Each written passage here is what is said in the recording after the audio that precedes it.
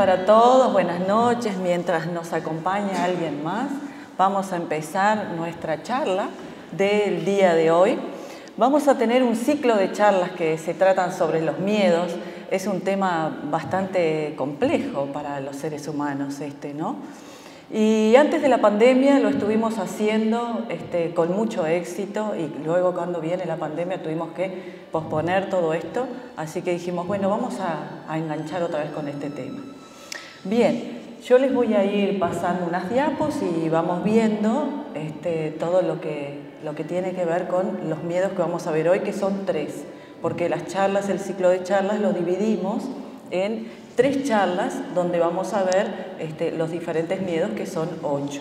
Por supuesto que, como siempre sucede, cuando nosotros decimos 8 miedos, no es solamente que existan 8, ojalá solamente existieran 8, existen muchos más. Y otros que van apareciendo acorde, van avanzando las épocas, porque hay miedos que son típicos de estas épocas modernas. Así que vamos a ver los 8 miedos del hombre. Bueno, me llamo Norma Riccardi, soy profesora de filosofía y bueno, siempre estoy dando charlas acá en el hotel, cosa que me encanta. Escribí el libro sobre los símbolos alquímicos del Argentino Hotel, también un libro que se llama Argentum, que por ahora está agotado. Vamos a ver si lo reeditamos. Y bueno, cuenta toda la simbología alquímica que existe aquí en el hotel que dejó don Francisco Piria. Así que hoy no vamos a hablar de alquimia, vamos a hablar sí de filosofía, vamos a hablar un poquito de psicología, pero este tema creo que es algo bien interesante y bueno, espero que se vayan con algo positivo, bueno y que les sirva para algo todo esto que vamos a ver hoy. Bueno, vamos a comenzar. Lo vamos a ver, como dice ahí, desde un encuadre filosófico del tema. Bien, aquí tenemos esos 8 miedos que vamos a ver a lo largo de las charlas. Los miedos que vamos a ver hoy es el miedo a la pérdida, el miedo a enfrentar y el miedo al abandono. Son 3 miedos que vamos a ver. Próxima charla vamos a ver miedo a la muerte, a la soledad y miedo al ridículo. Después vamos a ver miedo a no ser normal y miedo a la quietud. Estos 4 miedos que están en la parte de abajo de la diapo son miedos que nosotros podríamos decir del hombre moderno. Porque en la antigüedad estos miedos no se tenían. Nosotros, épocas modernas, tendemos a tener ese miedo a la soledad. Los antiguos entendían la soledad de otra manera completamente diferente. Porque además se buscaba muchas veces la soledad. Recordemos también que existían muchos buscadores, existían mucha gente que caminaba a largas distancias, estaba mucho tiempo en soledad. O sea, eran cosas que eran enfrentadas de una manera completamente diferente a las que hoy lo podemos enfrentar. El miedo al ridículo tampoco existía en la antigüedad como nosotros lo comprendemos. Es un miedo moderno, un miedo típico de nuestra época moderna.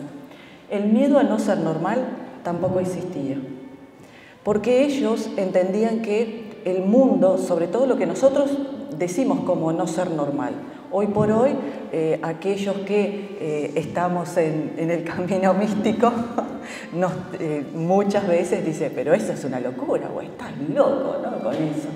Bueno, ese es uno de los miedos que tiene la gente que está en el camino místico, el miedo a no ser normal. Un miedo que después lo va perdiendo con el correr del tiempo, pero al principio es un miedo que lo lleva a callar lo que está haciendo, a no contar a sus familiares, a sus seres queridos, a sus vínculos, para que no lo tilden de loco. Es un miedo moderno. Y el miedo a la quietud también es un miedo moderno, porque se entendían las cosas, como les decía, de una manera muy diferente. Nosotros tenemos en nuestra época moderna, consideramos que hay que estar en acción, siempre hay que estar en movimiento. Por eso los ancianos que tienden de repente a no poder tener la movilidad del joven, en la sociedad eso no es bien visto. En las sociedades antiguas eso era diferente. ¿Por qué? Porque el anciano tenía una importancia muy grande. Hoy importa la juventud a ultranza. La juventud, el dinamismo, el éxito. Entonces, si uno es joven, delgado y exitoso, o sea, tiene muchos likes, ¿no? Pero antiguamente el anciano tenía algo muy importante, que era aquel que transmitía su sabiduría, su conocimiento, y entonces toda la tribu, todo el clan iba y escuchaba. Entonces la quietud no es un miedo antiguo, es un miedo moderno, como esos otros miedos que veíamos que están ahí en la parte de abajo. Bien. La aparición del miedo en la literatura, la primera aparición que nosotros vemos del miedo en la literatura es en la Ilíada de Homero. Homero cuenta el mito del nacimiento de Fobos y de ahí viene fobia, de Fobos, del dios Fobos. Fobos era un dios que era muy valiente, muy intrépido y era un dios que se decía que cuando él aparecía en batalla junto a su padre Ares, cuando aparecía en batalla, todos se quedaban petrificados, porque era tan imponente que la gente tenía miedo. Entonces de ahí, como les decía, deriva fobia. Fíjense, en la Ilíada dice, se ve así a Ares, el dios de la guerra, plaga de los hombres, marchar al combate, seguido de Fobos, su hijo intrépido y fuerte, quien pone en fuga al belicoso más resistente.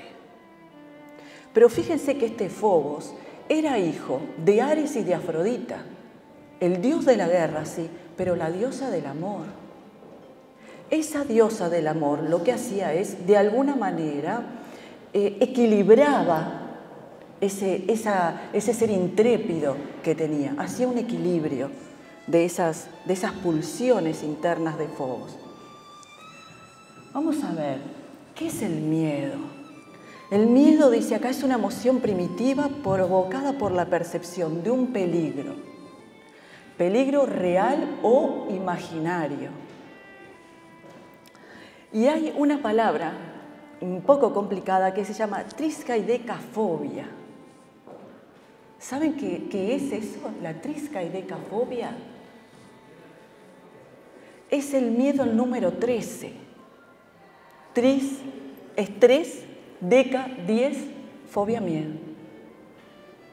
Este miedo también es un miedo moderno, el miedo al número 13. Pero ni siquiera nos preguntamos nosotros, ¿por qué miedo al número 13? Porque en realidad esto sí viene de la antigüedad. El 13 es el número de la carta del tarot, la muerte. Entonces cuando salía ese arcano, salía ese arquetipo y aparecía la muerte, dice, mala suerte. Entonces hay gente que verdaderamente tiene fobia a ese número 13. Hace unos días veíamos una película que mostraba claramente esto, una señora que organiza una cena y en esa cena tenía 12 invitados. Aquí que aparece de casualidad su hijo mayor. Y ahí es el número 13. Entonces entra en pánico, porque ella, ¿cómo iba a tener 13 personas sentadas a la mesa? Eso le iba a ocasionar desgracia, le iba a ocasionar la muerte de algún ser querido, algo malo iba a pasar. Y la película trata de todas las peripecias que hace porque pone en su mesa a la empleada para que sea el número 14. Y surgen muchas cosas a raíz de esa fobia que ella tenía al número 13, ¿no? Una fobia moderna al número 13. Se dice que existen 3 mecanismos de defensa, que en inglés se le dicen las 3 Fs. Fight, Fly y Frozen. Fight, lucha. Fly, volar, huir. Y Frozen, quedarse congelado, que también es un modo de huida, el quedarse congelado. Uno cree que cuando se queda congelado ante un miedo, en realidad no está huyendo. Y sí está huyendo, hacia adentro. Es una huida interna, va hacia adentro. Por eso no puede reaccionar. ¿Qué es lo que sucede con el miedo? Fíjense que es una emoción primitiva. Quiere decir que esto, por supuesto, no es moderno, lo tenemos todos. Es algo normal en el ser humano. Pero dice que es ante un peligro, pero primero dice percepción. Y percepción es aquello que yo siento, que yo veo y que yo creo. Y el otro que puede estar al lado puede percibirlo o no, porque en realidad la percepción es algo totalmente personal. Entonces, es la percepción de la persona ante un peligro que puede ser real, pero puede ser totalmente imaginario. Pero ese peligro que la persona cree imaginario, para quien lo está percibiendo, es sumamente real. Por ejemplo, el miedo a la oscuridad. Puede que no exista nada, pero la persona siente un ruido y empieza a elaborar en su mente cientos de cosas que pueden estar sucediendo alrededor de esa oscuridad. Así que fíjense que dice que interrumpe el proceso de racionalización. Y ese es uno de los problemas que nosotros nos encontramos con el miedo. Nos volvemos irracionales. Nuestra razón huye. Al volvernos irracionales no nos podemos dar cuenta verdaderamente de qué es lo que está sucediendo. ¿Esto es real? ¿Es imaginario? ¿Lo estoy inventando o estoy ante un peligro real? Entonces, siempre afloran esos tres mecanismos de defensa. La lucha, el ataque, el enfrentar hacia eso que puede ser peligroso. El volar, como les decía, es huir, es la huida. Así que atacamos, huimos o nos congelamos. Y esos tres mecanismos de defensa que nosotros empleamos son formas que tenemos para protegernos de aquello que posiblemente puede causarnos algún daño. Por supuesto que existen diferentes grados de miedo. Todos tenemos miedo y eso es normal, es una emoción primitiva, así que es algo que lo tenemos todos. Pero existen diferentes grados. Está la ansiedad, que vendría a ser un miedo leve. En la ansiedad se manifiesta la inquietud, la angustia, el hormigueo, la palpitación. Es un miedo leve. Ante algo nuevo, sobre todo, nos da mucha ansiedad. Ante lo desconocido también nos da mucha ansiedad. Ante aquella persona que estamos por conocer, aquel nuevo trabajo, nos provoca mucha ansiedad. Pero también existe el pánico. ¿Saben de dónde viene pánico? Que ya es un miedo más profundo que la ansiedad. Pánico viene del dios Pan. ¿Saben quién fue el dios Pan?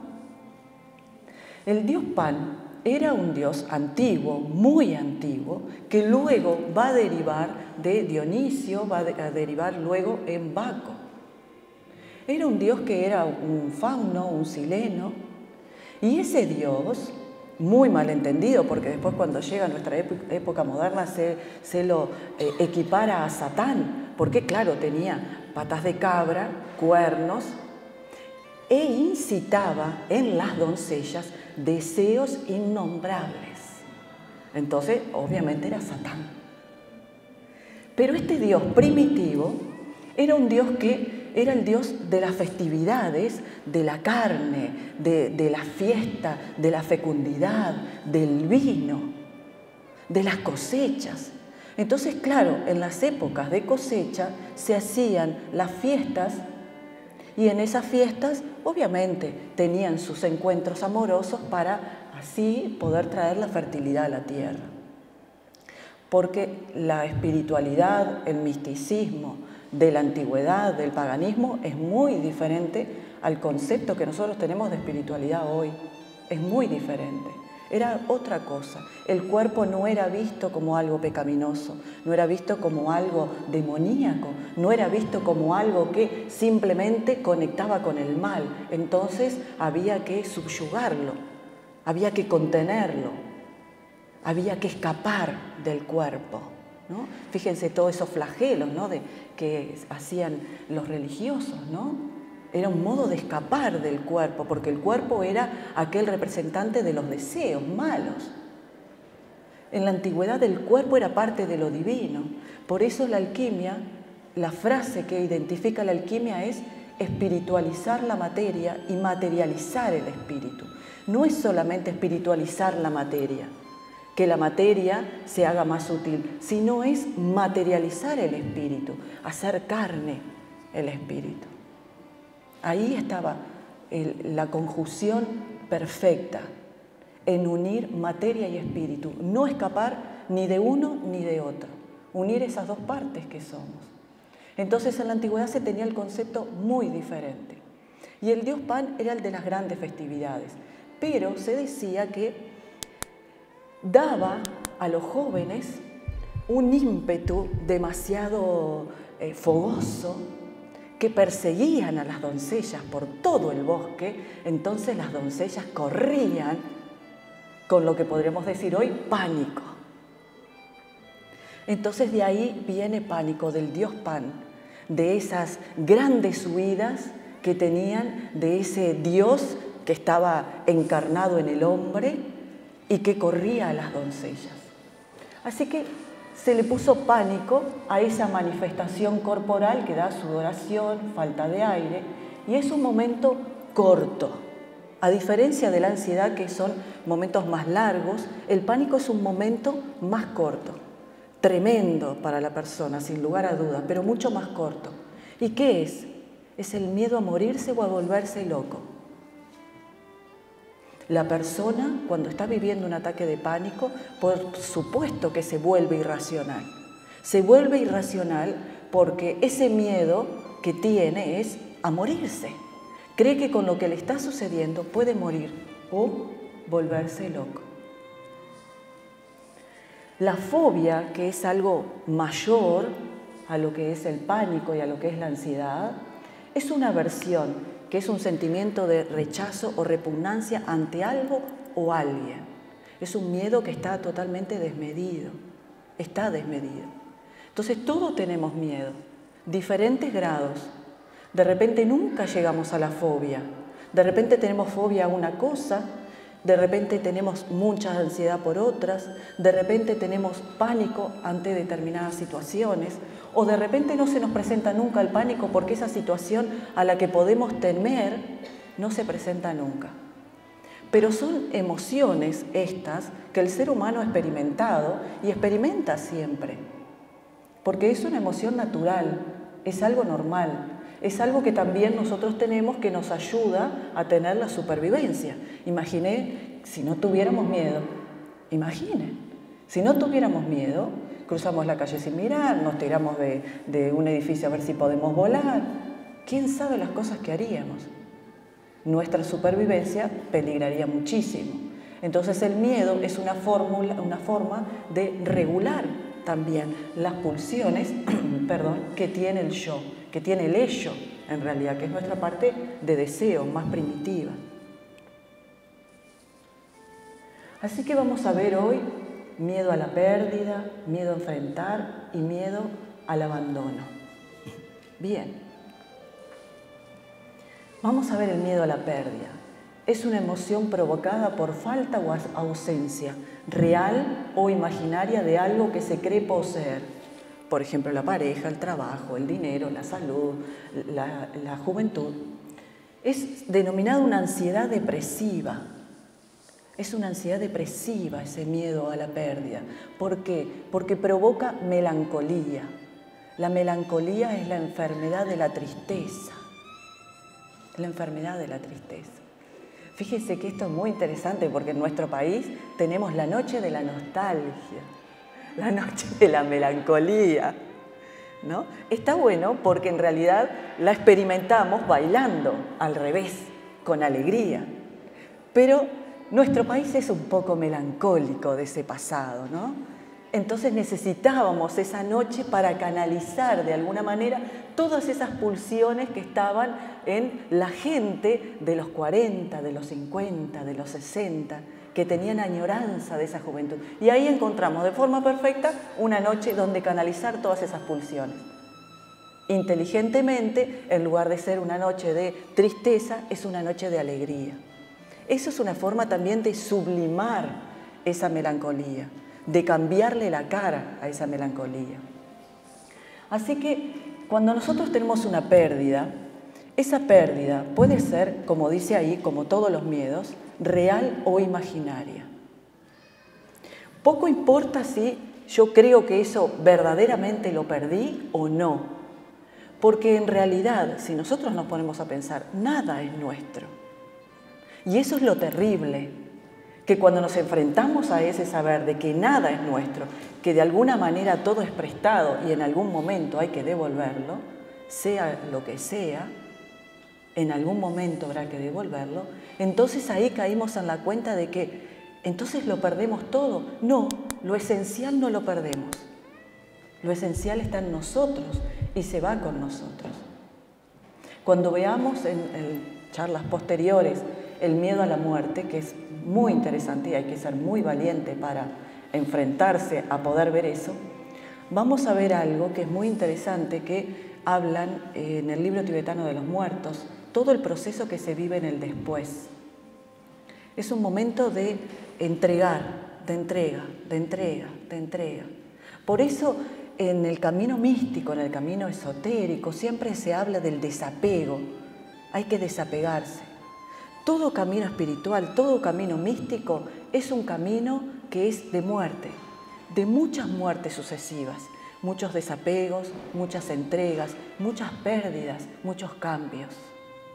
Por eso a veces es tan difícil realizarlo, porque tendemos a tener esos miedos, al miedo a la pérdida. Y como les decía, es un miedo que no tiene por qué ser real. Puede ser una pérdida real, ya sea un duelo, la pérdida de un trabajo, la pérdida de la casa, pérdida de los vínculos, pero puede ser totalmente imaginario. Puedo creer que estoy perdiendo algo cuando en realidad no es así. Es todo producto de mi imaginación, de mi percepción. Puedo creer que eso que es mío lo estoy perdiendo. ¿Cuántas veces las personas, por ejemplo, tienen la percepción de que están enfermas de cualquier tipo de enfermedad?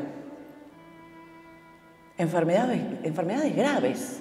Entonces sienten que están perdiendo la salud y están totalmente convencidas que están enfermas de eso.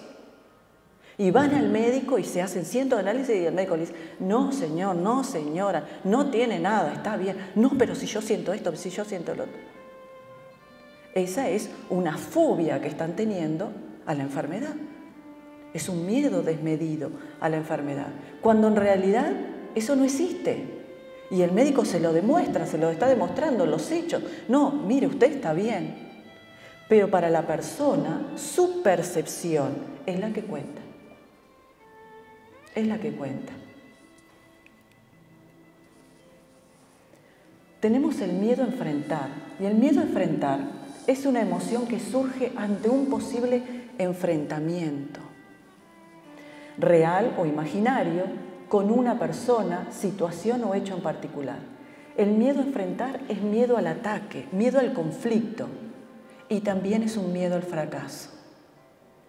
¿Cuántas veces nosotros no decimos a aquella persona que nos causa daño o a aquella persona que está haciendo algo que nosotros consideramos que no es correcto, no le decimos aquello que queremos decirle por evitar el conflicto, para no enfrentarnos a eso, para evitar ese conflicto? Y así, como siempre se dice, seguimos aguantando y aguantando y aguantando y aguantando. Ese es un miedo a enfrentar, porque el enfrentar eso, el enfrentarse al conflicto, el conflicto puede traer ataque, el ataque trae miedo a la agresión, miedo al daño y por ende también es miedo a perder al otro. Entonces no hablo para no perder al otro, porque si hablo y si le digo, quizás el otro se va. Y si se va me quedo solo. Y si me quedo solo, muero. Entonces todo está enganchado, un miedo está enganchado con el otro. Entonces aquellas cosas que de repente nosotros decimos, no le voy a decir para no tener problemas. ¿Qué hay debajo de ese no le voy a decir para no tener problemas? Hay simplemente algo que, bueno, no quiero causar un problema, así que me retiro. O hay verdaderamente un miedo ahí, un miedo a enfrentar al otro, a que el otro entre en un conflicto y a través de ese conflicto me quite su atención. Y si me quita su atención de alguien que aprecio y que quiero, ¿qué sucede? Entonces, así como el miedo a la pérdida está muy enganchado al miedo a la muerte, porque toda pérdida nosotros la relacionamos con la muerte, el miedo a enfrentar está enganchado a la pérdida del amor. El miedo a perder el amor, miedo a perder el vínculo con el otro, miedo a enfrentar aquello que quizás si lo enfrento lo puedo perder. Pero la raíz de todos los miedos, es el miedo a la muerte. Todo lo que hacemos, absolutamente todos los miedos que tenemos, la raíz es esa. Y la raíz de ese miedo a la muerte viene de otro miedo, que es miedo al caos. El miedo al caos es el miedo que tenemos al desorden, porque consideramos que la muerte es el desorden, es el desgarro de todo aquello que tenemos contenido dentro del cuerpo. Entonces, viene de ese miedo al caos. Cuando las personas tienen, por ejemplo, fobia a la suciedad, al desorden, se están enfrentando a ese miedo al caos. El caos es aquello que está todo mezclado. El orden es aquello que está todo diferenciado. Fíjense cómo sucede dentro de la panza de la mamá. Ahí cada cosa tiene su lugar. El bebé tiene su lugar, la placenta tiene su lugar, todo tiene su lugar, todo está en orden. Pero ¿qué pasa cuando el bebé nace? Cuando tiene ese primer grito hacia el mundo, ¿qué sucede? Viene un mundo de caos para él. Viene un mundo de caos. Un mundo de caos porque el orden que estaba establecido dentro de la panza de mamá, con sus 37 grados, calentito, sale un mundo frío, con ruido, luminoso. Entonces el niño empieza a entender ese caos de una forma muy tremenda. Por eso existe ese síndrome del nacimiento, el complejo del nacimiento, ¿no? Ese desgarro, ese primer desgarro. El primer desgarro que salimos es la primera salida que tenemos de ese paraíso divino, del paraíso del Edén de mamá. Ese es el primer desgarro que tenemos. Entonces salimos a un mundo caótico para nosotros. ¿Qué hace el bebé? ¿Qué hace el niño cuando empieza a entender? ¿Qué hace ese niño? Trata de ordenar su caos. ¿Y cómo ordena su caos? ¿Bueno o malo? Así nosotros empezamos a entender el caos como bueno o malo.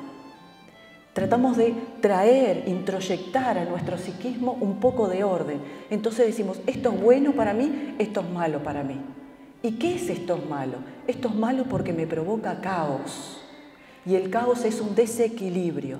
Y nosotros tendemos al equilibrio, siempre tendemos a equilibrar las cosas. Y como queremos equilibrar las cosas, buscamos aquellas cosas que nos provoquen orden. Nos queremos alejar del caos y acercarnos al orden. Entonces, ¿qué sucede? A medida que vamos creciendo, nosotros, en ese orden que queremos establecer, cargamos con algo. La culpa. La culpa. ¿Y cómo nace nuestra culpa? Que la culpa nos provoca a nosotros muchísima ansiedad. Mucha ansiedad provoca la culpa. La culpa nace, la primer culpa que nace en nosotros es de una deuda. Una deuda con los padres. Deuda impagable, ¿eh? Impagable. Imposible de pagar. Impagable a nuestros padres. Sí la pagaremos con nuestros hijos, pero con nuestros padres imposible. ¿Y qué es esa deuda que tenemos? Nos dan la vida, el lenguaje y la cultura. Eso que nos dan nuestros padres genera una deuda en nosotros que resulta impagable. Que luego nosotros vamos a generar eso con nuestros hijos. E intentaremos pagar esa deuda con nuestros hijos. ¿Qué vamos a hacer? Le vamos a dar la vida, le vamos a dar el lenguaje y le vamos a dar la cultura. Y así sucesivamente. Entonces hay una ansiedad que tenemos de fondo, por más felices que estemos en cualquier momento, que se mueve debajo de todas nuestras cosas, que esa ansiedad provoca una cuota de angustia. Y esa angustia se llama deuda.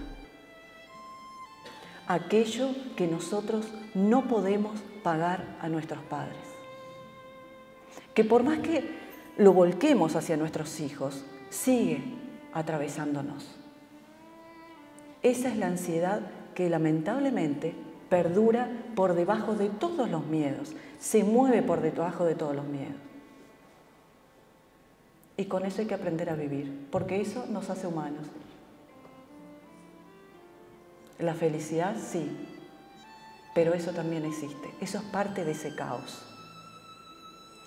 Y cuando la gente se enfrenta a momentos importantes de la vida, como por ejemplo una separación, un duelo, que también de alguna manera es una separación, cuando se enfrenta a casos importantes como una traición, por ejemplo, la persona abre una grieta en su personalidad y esas emociones invaden el yo, lo invaden. ¿Qué es lo que intentamos enseguida hacer?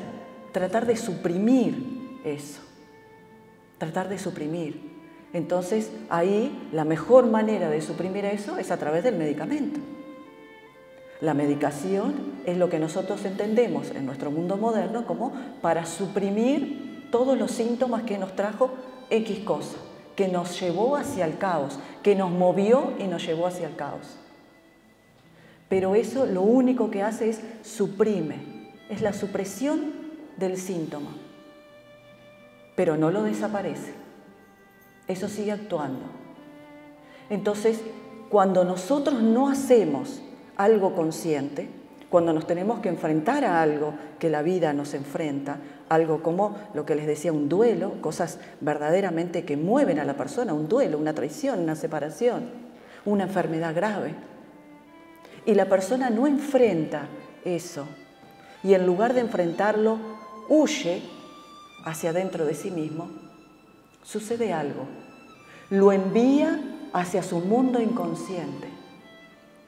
Cuando envío algo a mi mundo inconsciente, el inconsciente envía otra cosa a la conciencia, al cuerpo, llamado síntoma. Todo síntoma es algo que está en el inconsciente y la persona no quiso hacerlo consciente. Todos los síntomas que tenemos. Entonces no lo queremos enfrentar en un momento, pero eso por algún otro lado va a salir. Así que decíamos que el miedo a la pérdida es el miedo a la muerte y el miedo a enfrentar es el miedo a la pérdida del amor. Hay otro miedo que es un miedo complejo, que es el miedo al abandono. Es un abandónico, como se le llama en psicoanálisis, abandónico. Un abandónico es toda persona que percibe a todo y a todos comenzando por sí mismo desde el punto de vista del abandono vivido o temido, ya sea real o imaginario.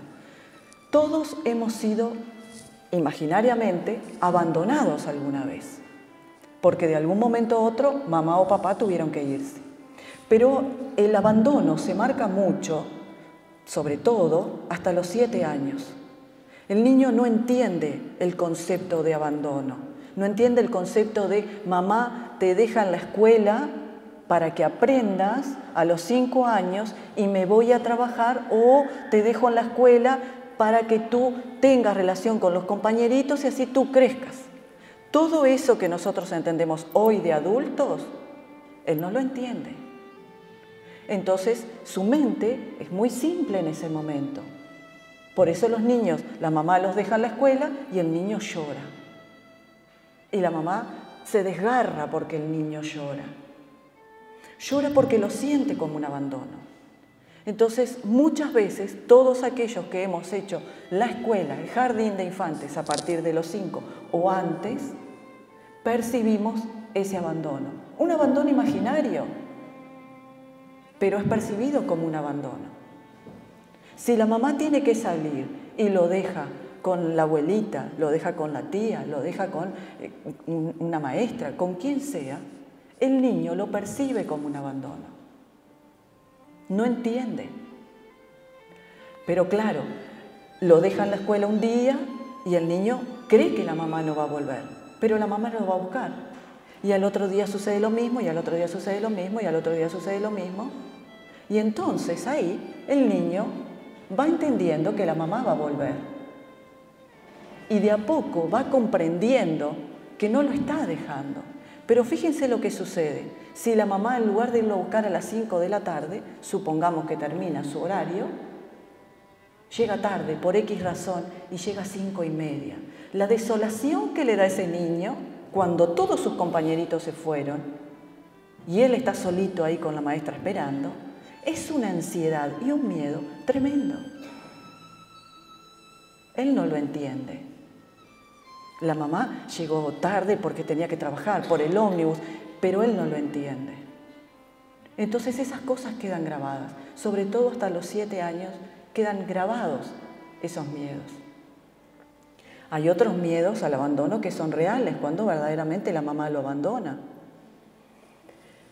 Entonces, ese niño, que todos lo tenemos dentro, vive en permanente angustia, en una ansiedad de ser abandonado, despertando dentro de sí una sed de amor y seguridad ilimitada. Hay mecanismos que los ha estudiado Freud, mecanismos que emplea el abandónico, que son tremendos. Hay un libro muy interesante que les recomiendo si sienten que en algo esto les calza, que se llama El miedo al abandono. Es muy interesante, lo escribió Freud con otros, es muy interesante. Ahí muestra los mecanismos que emplea el abandónico cada vez que se enfrenta a los vínculos. Como por ejemplo, el mecanismo de dejo antes que me dejen. Como no soporta, no puede soportar ese miedo a ser abandonado otra vez, por más que esté enamorado o enamorada, deja antes. Prefiero dejar antes de que me dejen, porque si me dejan no podría soportarlo. Se cuenta ahí en el libro una historia de una muchacha que era abandónica, que había sufrido real el abandono de su mamá. Y sucede que esa muchacha estaba muy enamorada de un muchacho.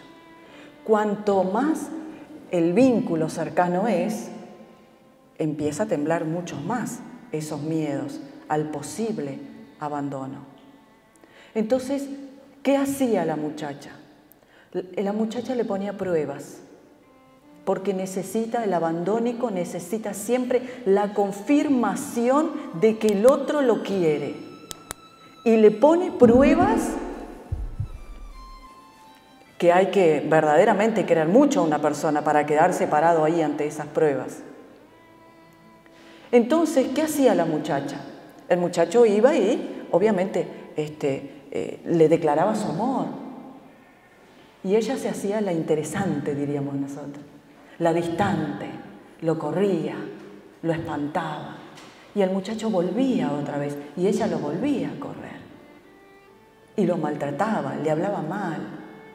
Y él seguía declarándole su amor. Tanto es así, tanto insistió, y tanto rechazo tuvo, que un día se fue. Entonces ahí ella dijo, claro, menos mal que no me abrí ni me mostré cómo era, porque mira, igual a todos, se iba a ir. Pero ¿qué pasó después? Se había enamorado.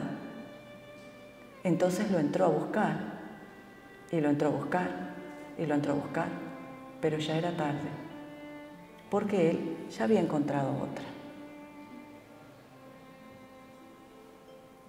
Entonces se emplean muchas veces mecanismos internos nuestros de defensa, y la gente siempre está la gente sobre todo que está buscando el amor, siempre está con el mismo pensamiento.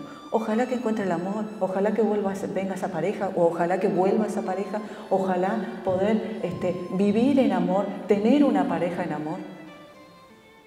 La cuestión es, cuando llegue, ¿qué vas a hacer?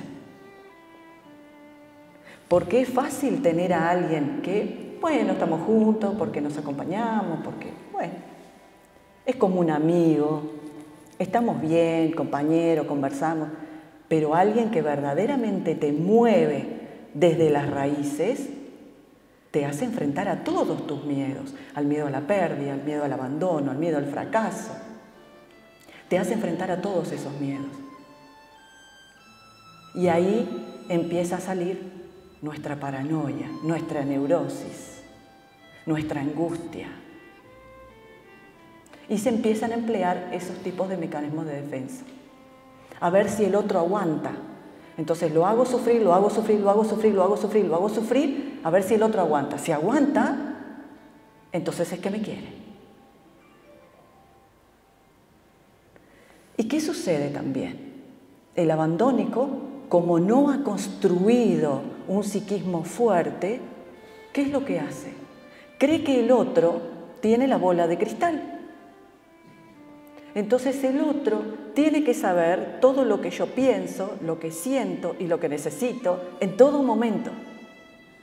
Porque si me quiere, tiene que saber lo que yo pienso. Y si me quiere, tiene que saber lo que necesito sin que yo se lo diga, por supuesto. Porque el otro tiene que adivinar, tiene que saber. Entonces emplea todos esos mecanismos. Todo pasa por él. Entonces vive en una constante angustia de querer aquello que es imposible y cuando lo tiene hace de todo lo imposible y posible para perderlo. Tremendo, ¿no? Pero más real de lo que uno piensa. Surgen de este miedo a mostrarse tal como es, claro, porque ¿qué sucede con el abandónico? Si me muestro tal como soy, porque creo que no soy lo suficientemente buena para esa persona, y si me muestro tal como soy, quizás el otro no me quiere. Entonces, ¿qué hago? No me muestro. Muestro nada más lo que el otro quiere ver, lo que el otro quiere escuchar.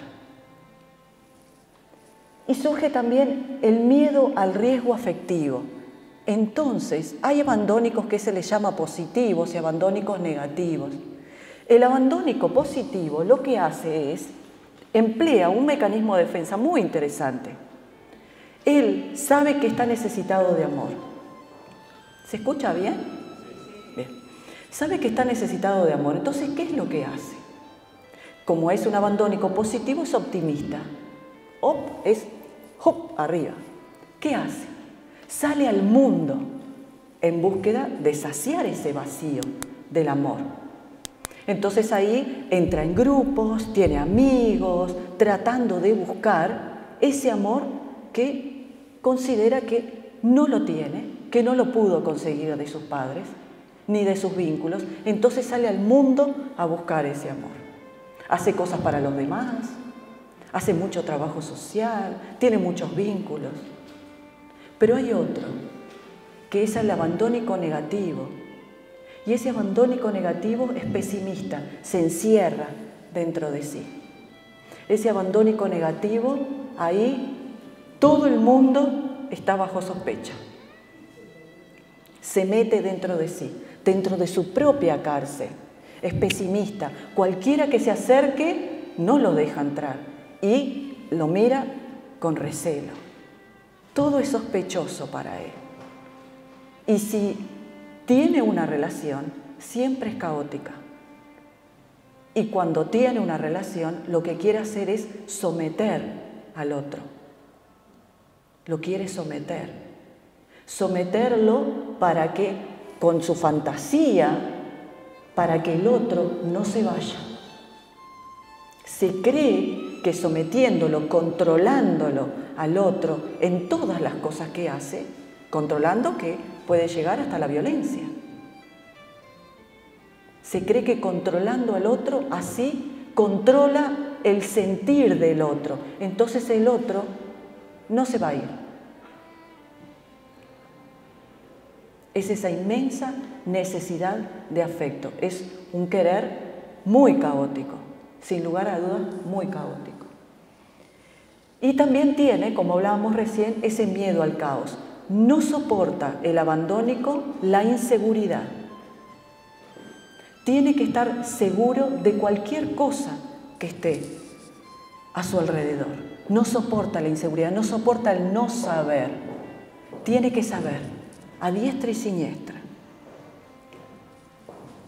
Bien, dicen los filósofos, miren qué interesante, aquel que puede suscitar miedo en una persona se apropia hasta cierto punto de la voluntad de la víctima. Por eso el miedo transforma al hombre en esclavo.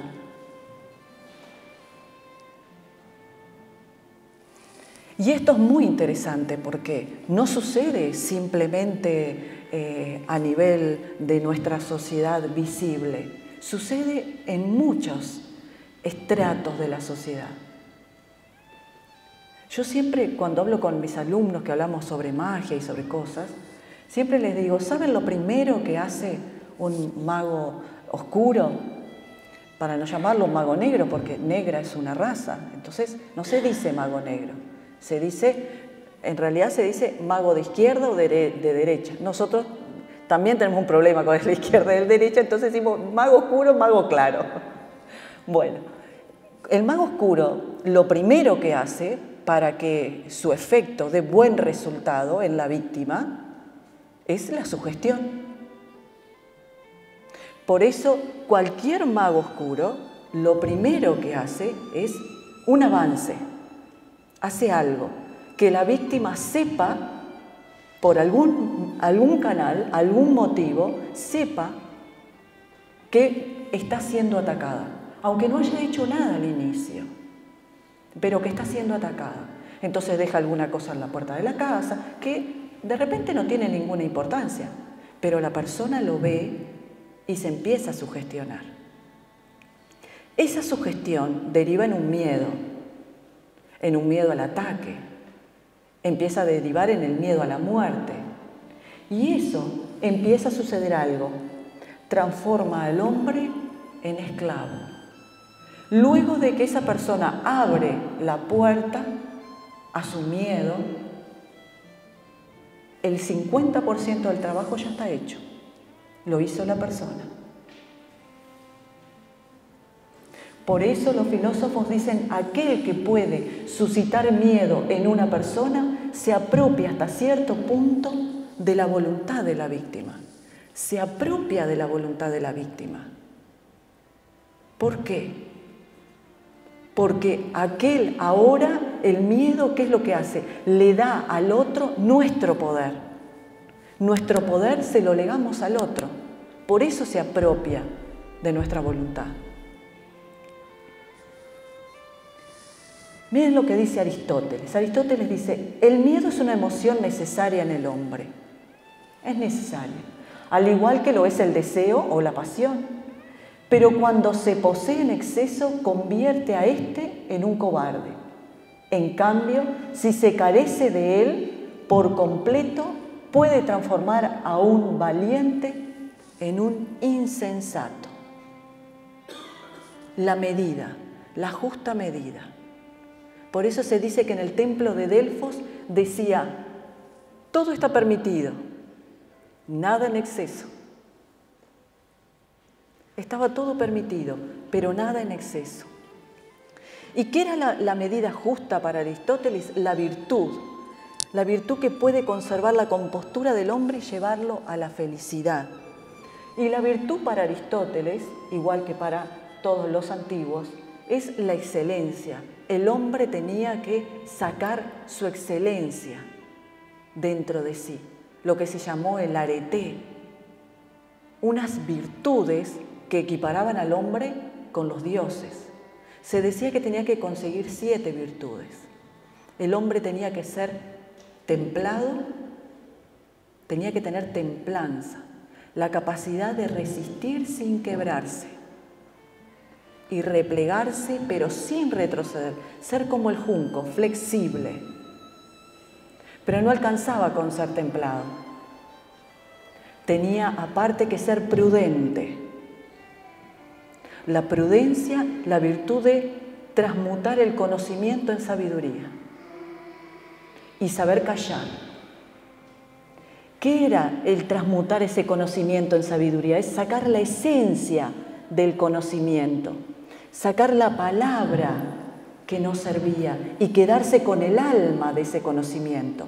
Y esa alma del conocimiento, la persona la obtenía ¿cómo? Mediante la reflexión, sí, pero mediante la práctica, mediante la experiencia, porque la virtud se llevaba a la práctica. ¿Pero qué tenía que tener además? No solamente tenía que ser templado, no solo tenía que ser prudente, tenía que ser fuerte.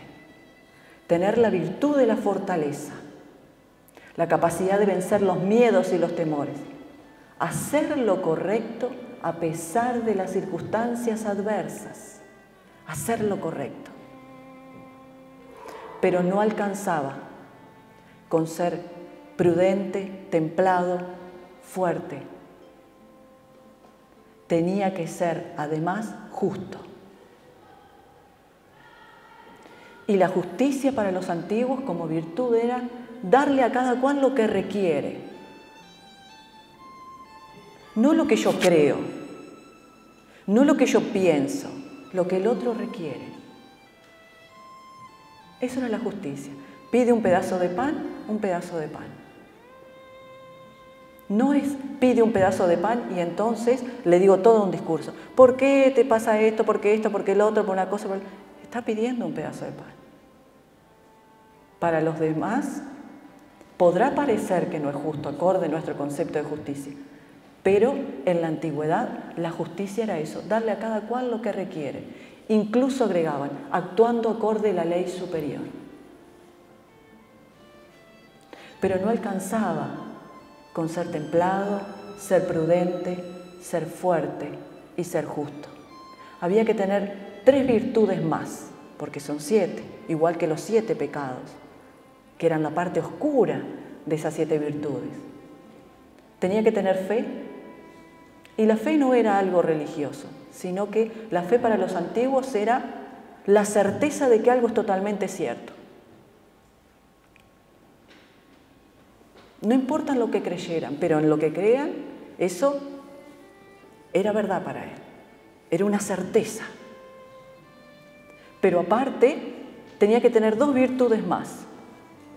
Tener esperanza, la esperanza ir en pos de lo bueno, de la evolución, la confianza en la humanidad, en que vamos hacia un proceso evolutivo. Y aparte tenía que tener caridad. La caridad es la virtud de dar por el gusto de dar.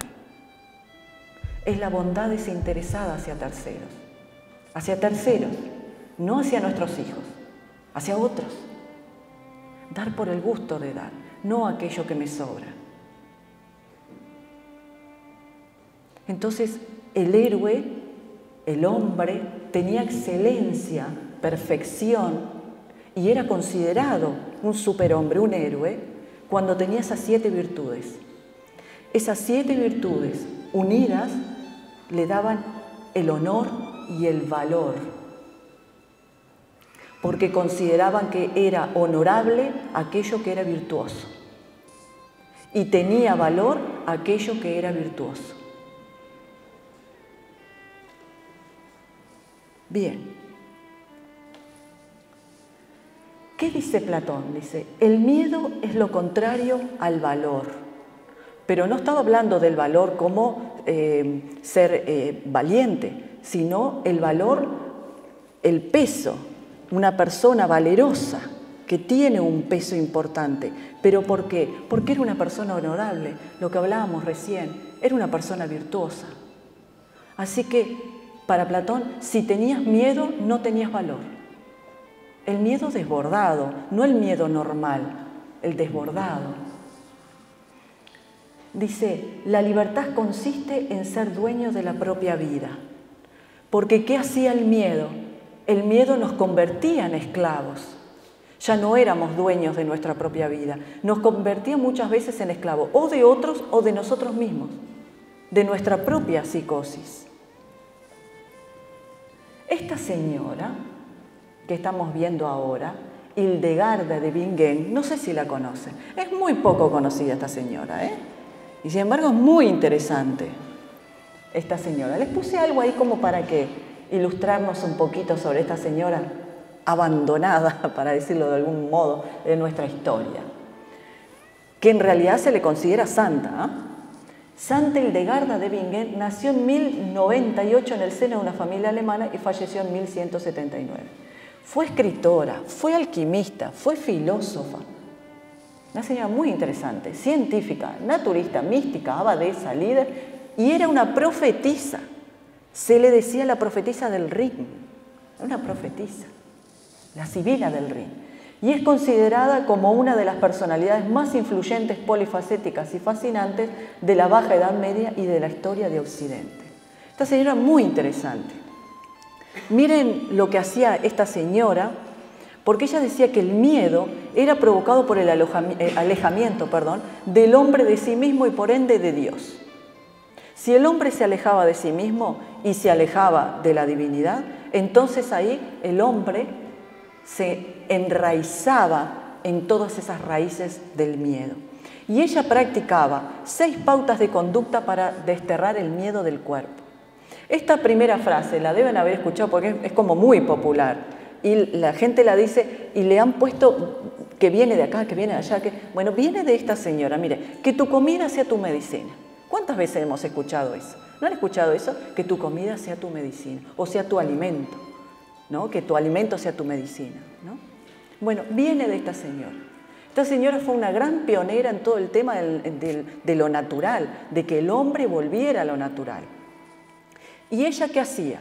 Ella practicaba estas pautas de conducta. Miren, decía que había que utilizar, dice, utiliza para conservar y recuperar tu salud los remedios que te proporciona la naturaleza.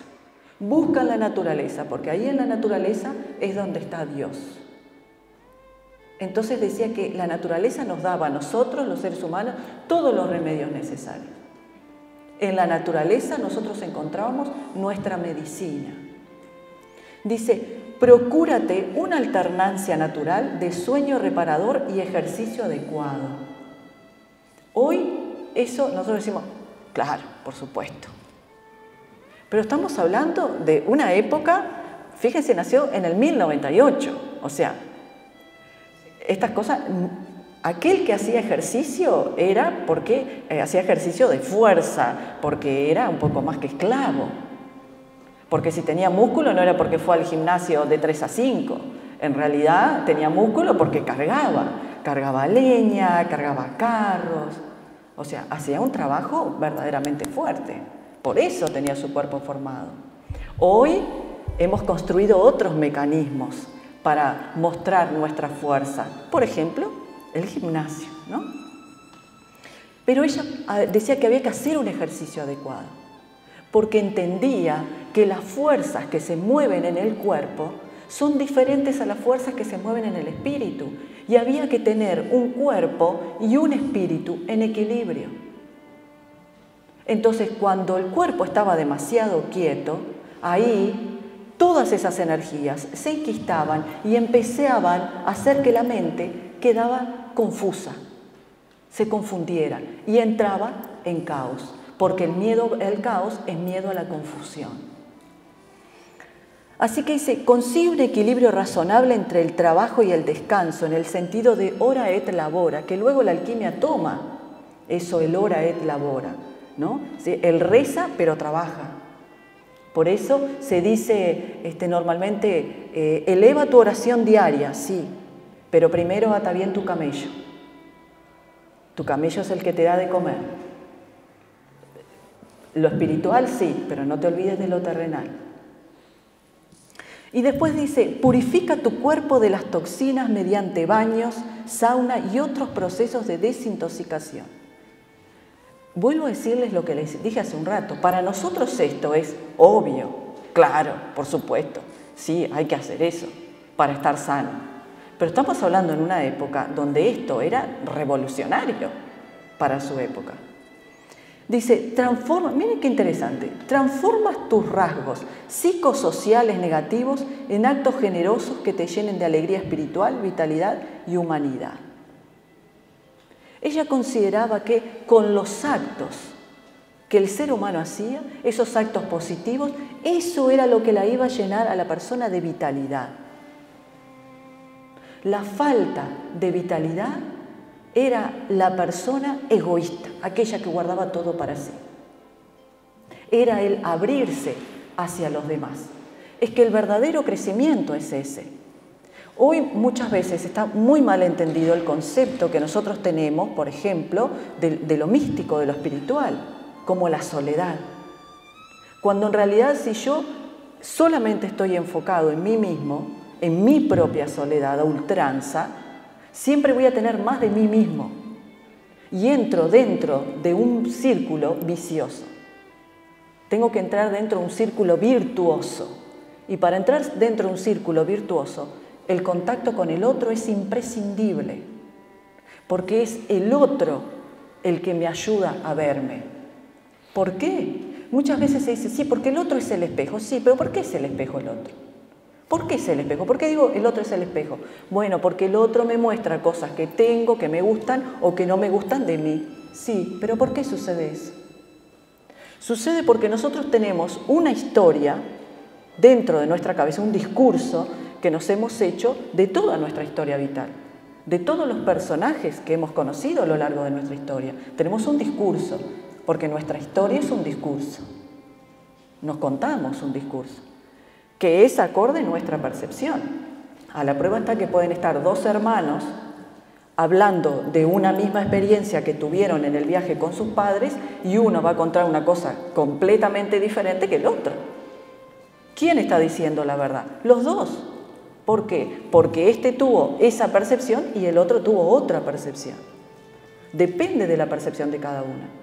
Entonces, ¿qué sucede? Esa historia personal que cada uno tiene, que está introyectada dentro de nosotros, esa historia, nosotros, cuando conocemos a alguien por primera vez, nuestro mundo interno sale a pasear, sale hacia afuera, porque ¿qué hace? Quiere saber quién es el otro. Y lo primero que hacemos cuando conocemos a alguien, le calzamos nuestra historia, nuestros personajes internos. Y esa persona nos va a agradar o no, acorde el personaje que toque dentro de nosotros. Por ejemplo, conocemos una persona y decimos, no, esa persona no sé, tiene algo que no sé, no me agrada. O de repente conocemos ay, adorable, la verdad que sí, y re adorable, no sé por qué, pero qué conexión.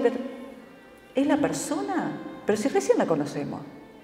Le podemos llamar de mil maneras, ¿no? Es la energía, la vibración, etc. Sí, todo eso está bien, pero es lo que nosotros proyectamos a la persona. Y de repente esa persona hizo así, y ese así me hizo acordar a una gran amiga que la quería mucho, que nos llevamos re bien en la escuela y esto y el otro, y esa amiga tenía la costumbre de hacer así, o de subirse el lente, o lo que sea, y eso quedó grabado. Entonces esa persona viene y hace así, o se sube el lente, y viene enseguida ese personaje agradable. Viene ese personaje agradable.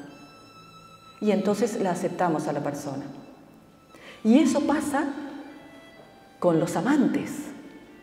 Se conoce a la persona, ese amor a primera vista, que diría tanto el psicoanálisis como el misticismo no existe, ese amor a primera vista. Existe la pasión, sí, pero el amor a primera vista no existe. ¿Por qué? Porque nosotros proyectamos en la persona parte de nuestra historia personal. Pero pasa el tiempo y entonces después le decimos a la otra persona nos dice, cambiaste. Ya no sos el mismo, o ya no sos la misma que conocí. Pero, ¿por qué pasó eso? Porque con el correr del tiempo, el otro va mostrándose como es, no como yo quiero que sea, como es. Entonces las proyecciones que yo le hice ya no tienen manera de agarrarse. Y cuando el otro se muestra como es, me devuelve mis proyecciones. Y el amor es eso, es dejar hacer al otro como es, sin ponerle nosotros nuestras propias proyecciones de cómo tiene que ser. Bien, así que les presenté a esta nueva señora que no la conocían. Este señor capaz que lo conocen, el padre del terror, se le considera el padre del terror con sus cuentos y sus novelas de terror. Este señor dice, la emoción más antigua y más intensa de la humanidad es el miedo, y el más antiguo y más intenso de los miedos es el miedo a lo desconocido. Todos tememos aquello que no conocemos, porque aquello que no conocemos es un peligro para nosotros, y al ser un peligro para nosotros, puede algo atacarnos y peligra nuestra supervivencia. Así que para este señor es el mayor de los miedos, el miedo a lo desconocido. Este es un filósofo musulmán, muy interesante también. Dice, miren qué interesante lo que dice, teme a quien te teme. Teme a quien te teme, aunque él sea una mosca y tú un elefante. ¿Por qué teme a quien te teme? Porque aquel que te tiene temor es capaz de hacer cualquier cosa. Porque una persona con miedo es capaz de hacer cualquier cosa. Entonces, no es teme a aquellos que, no, teme al que tiene temor de ti, aunque consideres que el otro sea inferior. No te descanses porque el otro sea inferior, o lo consideres de esa manera. Esta señora, por supuesto que la conoce, Marie Curie, la científica. Ella dice, nada en la vida debe ser temido, solamente comprendido. Ahora es el momento de comprender más, para temer menos. Ella habla de que son tiempos donde los temores que tenía el hombre antiguamente, ya cuando aparece la ciencia, es innecesario tenerlos, porque la ciencia ahora nos explica mucho de esos temores. Fíjense que antiguamente estaba la tormenta, los rayos, Zeus o Odín está enojado, ¿no? Esos dioses antiguos estaban enojados, entonces había que hacerle sacrificio para que esos dioses... Hoy sabemos cómo funciona el rayo y por qué se origina el rayo, sabemos por qué sucede el eclipse. En la antigüedad no, entonces eran miedos que tenían en la antigüedad, que nosotros hoy no lo tenemos, debido al desconocimiento que ellos tenían. Hoy tenemos este conocimiento científico que nos quitó esos miedos, nos trajo otros, pero esos miedos nos quitó. Este también es un escritor, un señor muy interesante. Y él dice, miren qué interesante, él dice, el amor ahuyenta el miedo. El amor ahuyenta el miedo. Si no, fíjense los enamorados. Sobre todo en los primeros momentos de enamoramiento, no se enferman, tienen una energía increíble y están siempre alegres, ¿no? Porque el amor les ahuyenta absolutamente todo, hasta la razón, pero les ahuyenta todo. Dice, el amor ahuyenta el miedo y recíprocamente el miedo ahuyenta el amor.